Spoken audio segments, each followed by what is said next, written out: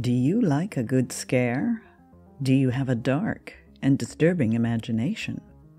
Then you've come to the right place. Time Warp Studios proudly presents The Shiver Show. I am Mary Labrie, here with co-host Greg Flynn. It's great to be here, Mary. Our story today is 0 Hour by rock star of sci-fi Ray Bradbury. Well, Mary, I can't imagine how this story could possibly be scary. I believe it features a chirpy little girl who likes to play games. Surely there's absolutely no reason for me to be afraid. Here we go. From the far horizons of the unknown come transcribed tales of new dimensions in time and space. These are stories of the future, adventures in which you'll live in a million could-be years on 1,000 maybe worlds. The National Broadcasting Company, in cooperation with Street and Smith, publishers of astounding science fiction, presents X minus 1.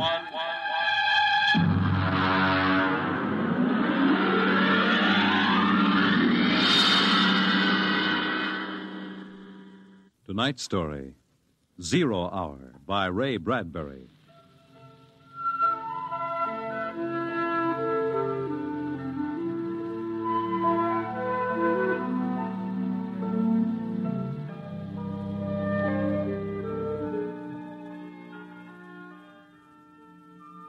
It was a perfect summer day in the year 1985. Sunlight illumined the suburbs, and the town drowsed on a tide of warm, sunlit air. On the lawns, the children played, and in the homes, busy mothers prepared for the evening arrival of their husbands.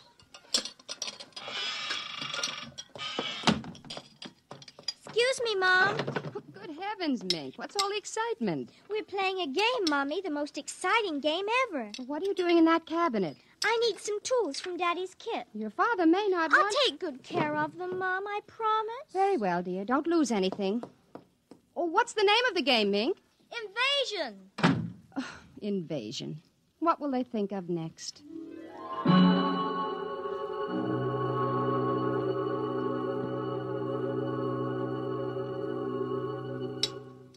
This, and this, and this, and this. Put that over there and bring that over here. No, you ninny. Now get back while I fix this. They want it this way. See? Sure. Just let me fix this. We'd better talk to Drill and get some more instructions, Art. Where is Drill? Drill? Hey, Drill!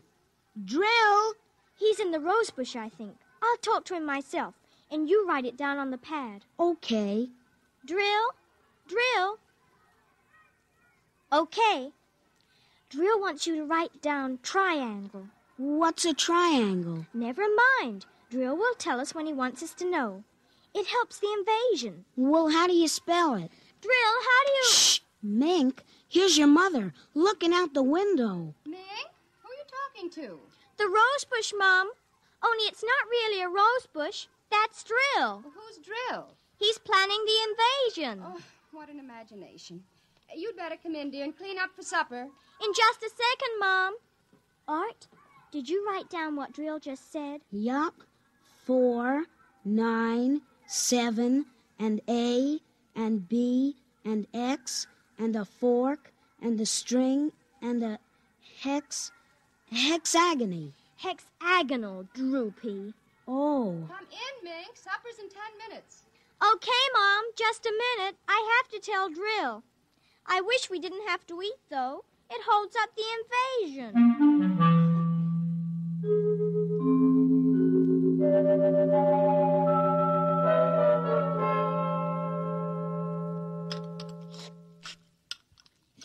Mink, for heaven's sake, slow down. You'll choke on that soup. I can't, Mom. It's a matter of life and death.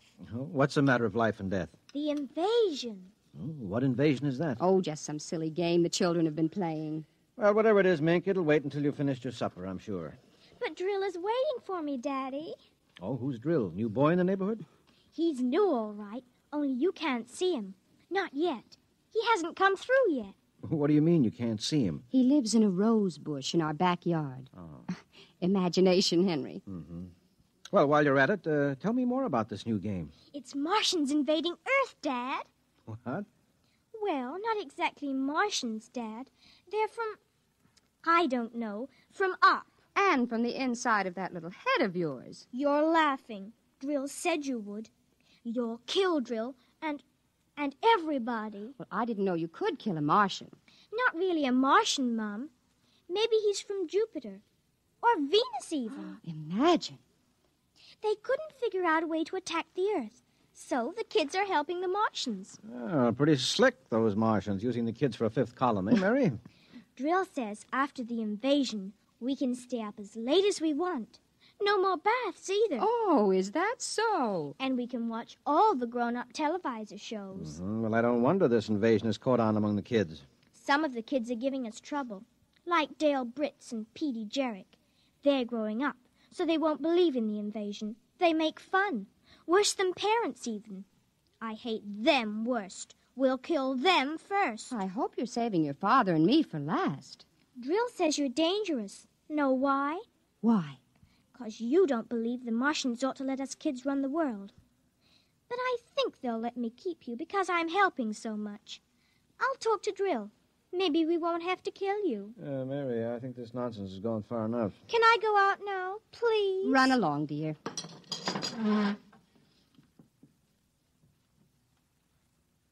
Don't worry, Dad.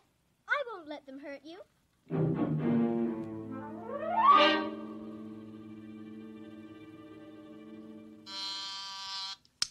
Televisor. Oh, would you please connect me with Mrs. Helen Rogerson on Channel 72Z, Pittsburgh, Pennsylvania. What is your channel, please? 817X, New Rochelle, New York. Thank you. Just a moment. Go ahead. You can see your party now. Hi, Sis. How are things in New York? Fine, Helen. How are things in Pittsburgh? Oh, you look tired. Oh, I've been having a terrible time with the children. Sick? No, just underfoot. They've got a new game that's got me just about crazy. It's called Invasion. Did you say invasion? Isn't that strange? My mink is playing it, too. My boy Tim is all involved with some imaginary fellow named Drill, who's running the invasion. Must be a new password. Mink likes him, too. How do you suppose these games start? My backyard looks like a scrap drive. They've got every conceivable kind of mechanical gadget out there. I talked to Josephine Schiller in Boston, and she says her kids are wild about it, too. It's sweeping the country. I can't understand it. Helen, do you suppose... What? Oh, nothing. Just a wild thought that crossed my mind. Oh, say, the reason I called is that black and white cake recipe... What was that? I don't know. One of the children might have hurt himself. I'll have to run and see, dear. Call me back tonight, will you? All right, Mary. Bye. Mink? What is it? Who was that who screamed? Peggy Ann. What happened? She got scared and ran home. Did you hit her? Nope, she just got scared. She's a scare baby anyway. Now, Mink, tell me why she screamed. No, I can't. Mink, you'll answer me or come inside this instant. I've had enough nonsense. I can't quit now, Mom. It's almost 0 hour. Then tell me what frightened Peggy Ann. Okay, she saw Drill. He almost came through. Through what? Those pipes and things we set up. She looked into one of the pipes and screamed. I guess she saw Drill. And no one hit her? No, Mom. Very well, Mink. I'll call Peggy Ann's mother and see how she is. If we could only get Drill through, it would be easy. Then all the others could come through after him. I'm going in now, Mink. I'll call you in for your bath in half an hour. Your father and I want to go out tonight. You won't be able to go out, Mom. Why not? 0 hour is 5 o'clock, Mom.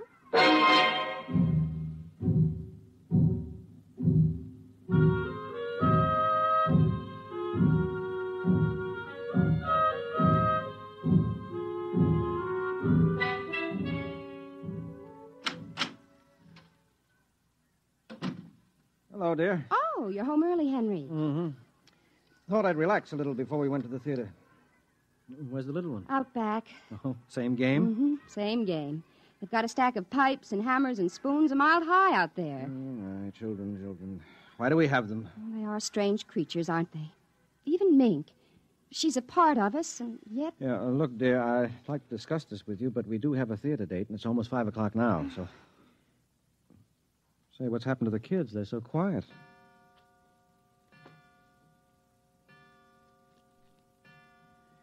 Now, when children are quiet, you know there's some mischief. Say, what's that sound? I don't know. Those kids aren't playing with anything electrical, are they? Oh, I'm sure they aren't. At least... Just the same, I'd better go out. Henry, ask them to put off the invasion. Oh. Good Lord, what's that? Mary, look out the window. Henry! What is it? Where are the children? Mary, why are you shaking? What did you see? Henry! Quick, up to the attic. Well, they aren't in the attic. Yes, the attic, quick. No, Mary, come back here. Mary, don't go up. They aren't up there. Mary, are you out of your mind? There's no one up here. Quick, shut the door. Lock it. But there's nothing up here. What is wrong with you? Now, Mary, come to your senses. Henry, and we've got to stay here and hide. What are you talking about? I saw it through the window. Henry, it was horrible. They weren't making believe. It is an invasion. Oh, Mary, for heaven's sake, let's get down out of this attic and talk this over sensibly. I want to find out if Mink is all right. She's all right. I saw her. She was leading them around the corner of the house. Leading who? The kids? Shh. Listen. Well, there's nothing. Listen. The front door.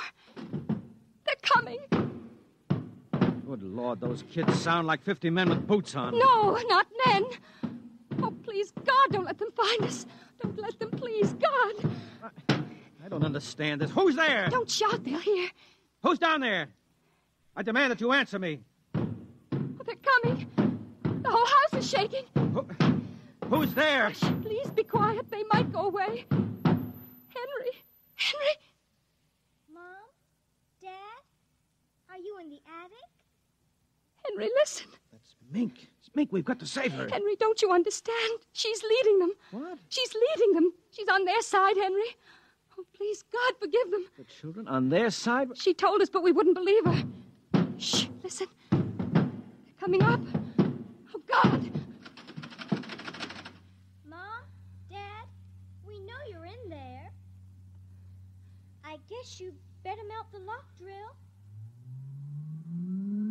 Henry, the lock. It's melting. The door. Oh, dear God. Mom, Dad? Oh, I see you now. Peekaboo!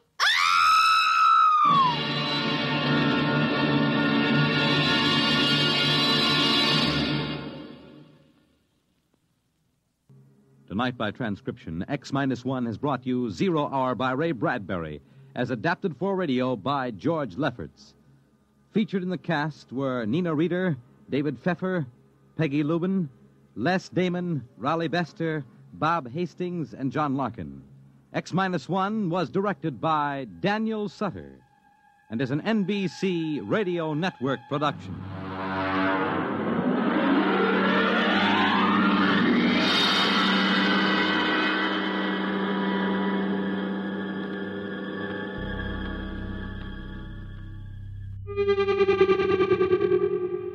Greg, what did you think of 0 Hour by the wonderful Ray Bradbury? A totally plausible plot, Mary. After all, from my experience, children already rule the world.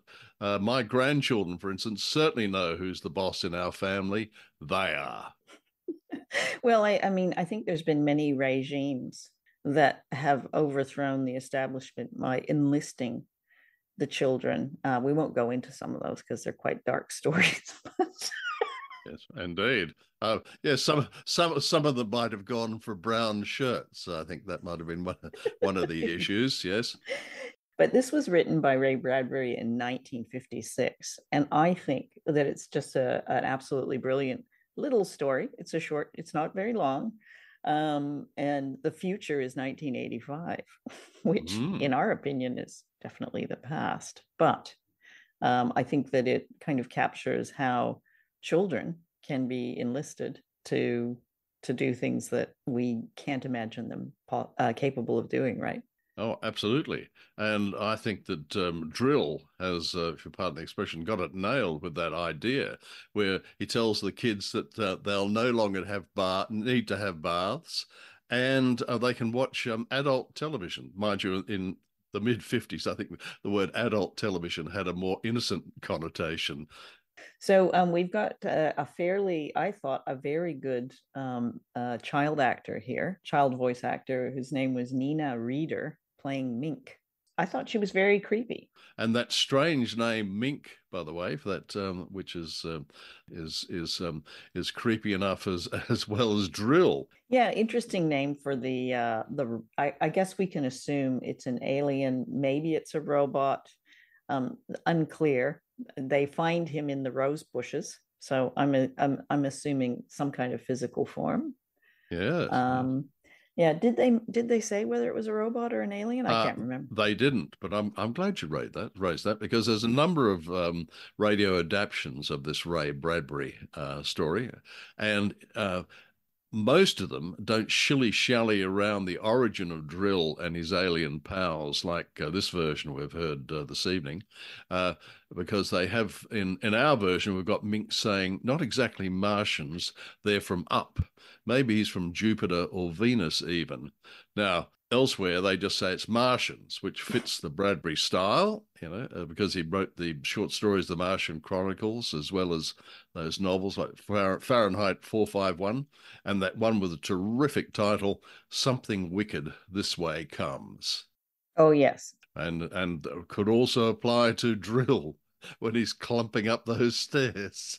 So we've got the invasion game. I think this is a fabulous setup, and the kids are helping. And the game is sweeping the country. So she has that conversation with her, I think it's her sister, but Mom, who's played by Peggy Lieben, is speaking with her friend, and she goes, "Oh yes, our children are doing it." And they don't kind of go, "Oh, that's interesting. How are children in different cities knowing the same game and all seem to know who Drill is?" So it's a wonderful kind of setup. But the thing that drove me crazy with this was they run up into the attic to hide from Drill and the team. Yep. And the husband, instead of being quiet and trying to preserve himself, is yelling his head off at his wife. I know. But if we come right back, we're yelling his head off, but coming right back to your original point about creepy kids, there's with Nina, the actress's those closing lines, whereas Mink, she's after calling out, "Mum, Dad, are you in the attic?" And by the way, this is a pro tip. The best answer is no answer. Unlike the father, the answer is you got your creepy kid and a killer Martian. Then Mink says, "I see you now, peekaboo," and then there's that incredible scream. That's a knockout scream. That's a knockout scream. I think there must be a library of scream sounds that are used for different. Because not everyone can do it. No. Well, I was thinking of having that as a ringtone for some of the people that I don't like. An individual ringtone. Just to remind me, don't pick up that phone. I thought it was because I'm always on the lookout for older productions like this that could be reimagined as new ones and produce them again. I think this one with a bit of social media as opposed to just talking to someone in the rose bushes, but like how the kids get enlisted and how they're actually communicating with each other. You could have a lot of fun using new technology. How would they infiltrate and indoctrinate the youth of today? It would be quite fun. Well, on the subject of technology, there's some nice mid-1950s touches there. This is with Bradbury. So he's got a prediction in there that in the summer of 1985, people in different cities would be calling each other on video telephones. Yes. He wasn't that far out from Zoom calls and other ways of communicating. And also the prediction that by the mid-1980s, children would be captivated by aliens. Well, I present to you, that's spot on with that TV series Alf. Did you ever watch Alf, an alien life form? No. Who was in that? Well, a puppet. Oh. Blunt. But it was good fun. It was good fun. That was 1986, I think it kicked off. I mean, you've got in 1982, you have E.T., which I think is a much more benevolent alien, let's be honest, but also a puppet. So it was, Steven Spielberg used a puppet for E.T. With the timing on the invasion, the actual physical time, that's 5 o'clock. So I was very disturbed to hear that the kids and the aliens had set that invasion time 0 hour for 5 o'clock. That's because, to prove to myself I don't need alcohol, I don't have a drink until 6 o'clock, right? So if Mink and Drill's invasion plans were put in place, let's say tomorrow, I wouldn't even have an Irish whiskey in my hand before I heard Drill clumping up the stairs. I mean, talk about Martians being inconsiderate. So I'm going to recommend invasion sometime, let's say 7 o'clock-ish. 7-ish, yeah. Yeah, a couple of drinks in before they arrive. Yeah, take the edge off. Yes. You in the attic? Sure. That's our show for tonight. Thank you for listening. If you want to follow us on social media, we're out there. You can find The Shiver Show and Time Warp Studios on our website, which is timewarpstudios.com. And there are links to all of our social media there. Music for this show is The Maze by Material Girl.